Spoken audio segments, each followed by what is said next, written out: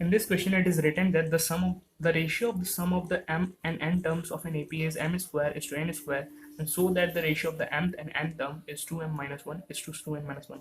ठीक, तो क्वेश्चन का मतलब ये है कि हमें दे रखा है सम ऑफ m टर्म्स, मतलब ratio of sum of n terms and sum of n terms is m square and n square, और हमें पूछ रहा है कि ratio of the mth and n term, मतलब am पूछ रहा है और an का रेशियो क्या होगा, सॉरी हमें शो करना है कि ए एम और ए एन जो होगा वो 2m minus 1 upon 2n minus 1 होगा। ठीक, तो अब हमें प्रूफ करना, तो हम लोग क्या करेंगे, अब हमें ये प्रूफ करना तो हम लोग एलएचएस ले लेते हैं। ठीक, एलएचएस में ए प्लस ए एम की वैल्यू क्या हो जाएगी, A M plus A minus 1 into D, और इसका एन क्या हो जाएगा, A plus N minus 1 into D. अब हम दोनों में ए क्यों ले रहे हैं और डी क्यों ले रहे हैं, क्योंकि ये एक एपी की बात हो रही है, और अगर एक एपी होगा तो उसका ए और डी सेम होगा। ठीक, तो हमें ये पूछ रहा है, मतलब हमें इसे सॉल्व करना है, इसके बराबर करना है। तो हम लोग क्या करेंगे, यहाँ से ए और डी की अगर वैल्यू में पता चल जाएगी तो हम रख के इसको निकाल सकते हैं। ठीक, तो हम लोग क्या करेंगे, ए और डी की वैल्यू निकालेंगे। सबसे पहले कैसे निकालेंगे, एस एम दे रखा है, एस एम का मतलब क्या होता है, एम बाई टू, इसका मतलब होता है m by two, two a plus minus 1 into d equals to m square upon n square, और यहाँ पे भी n by two, two a plus N minus 1 into d.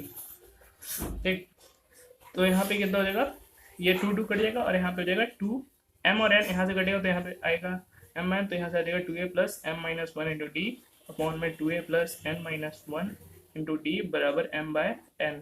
ठीक, हम लोग क्या करना है, यहाँ पे हम लोग को सीधे करना है 2a, इसको क्रॉस मल्टीप्लाई करना है। ठीक, तो 2a n plus m minus 1 into D into n बराबर 2a m plus n minus 1 into D into m। ठीक, एन इसमें मल्टीप्लाई किया, एम इसमें मल्टीप्लाई किया। ठीक, तो ये आएगा। अब क्या करेंगे, ए वाले टर्म को अलग कर देंगे, डी वाले टर्म को अलग कर देंगे। तो ए वाले टर्म को अलग करेंगे तो कैसे आएगा, 2a, इसको इधर लेके जाएंगे तो होगा m minus n plus d, इसको जब अंदर मल्टीप्लाई करेंगे तो एम एन माइनस एम, और इसको इधर लेके जाएंगे तो कितना होगा, minus m n plus n हो जाएगा। ठीक, ये बराबर 0 है। अब क्या होगा, एम एन कट जाएगा और यहाँ पे आएगा 2a m minus n plus d times of minus m plus n equal to 0। तो हम लोग क्या करेंगे, 2a m माइनस एन, यहाँ पे माइनस 1 कॉमन करेंगे तो माइनस डी, यहाँ पे जाएगा m minus n equal to 0, यहाँ पे m माइनस एन और 2a माइनस डी इक्वल 0। तो यहाँ पे अगर m बराबर n होता तो ये 1:1 के रेशियो में होता, पर 1:1 के रेशियो में नहीं, मतलब कि m n के बराबर नहीं है, मतलब यही बराबर होगा तभी तो ये 0 आएगा। ठीक, तो 2a माइनस डी बराबर 0, तो d बराबर 2 आ जाएगा।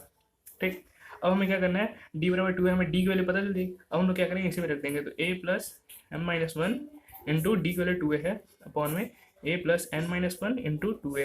अब a कट जाएगा, कितना आएगा, 1 प्लस 2m माइनस 2 अपॉन में 1 प्लस 2n माइनस 2, तो कितना है 2m माइनस 1 अपॉन में 2n माइनस 1। सो LHS जो है, LHS हम लेके आए थे वो RHS के बराबर कर दिया। तो ये प्रूफ हो चुका है, क्वेश्चन सॉल्व हो चुका है। Thank you so much for watching.